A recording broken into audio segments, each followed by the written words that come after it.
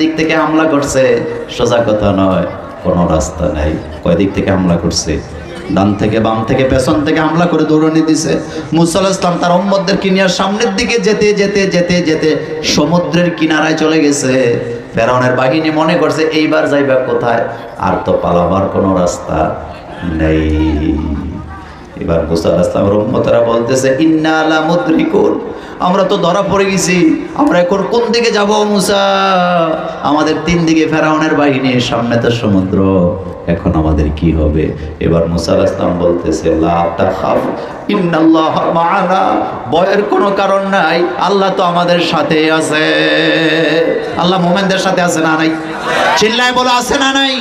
লা ইয়াদুররুকুম ইল্লা আযান, মুমিনকে আল্লাহ কখনো একা ছেড়ে দেন না।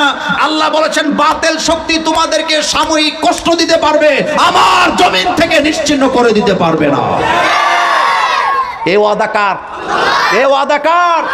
লা ইয়াদুররুকুম ইল্লা আযান, আরে কয়েকদিন কষ্ট দিবে কিন্তু নিশ্চিহ্ন তোমরা হবে না। তোমরা আধার যখন কেটে যাবে, যেদিকে তাকাবা সেদিকে ইসলামী আন্দোলনের কর্মী খুঁজে পাবা।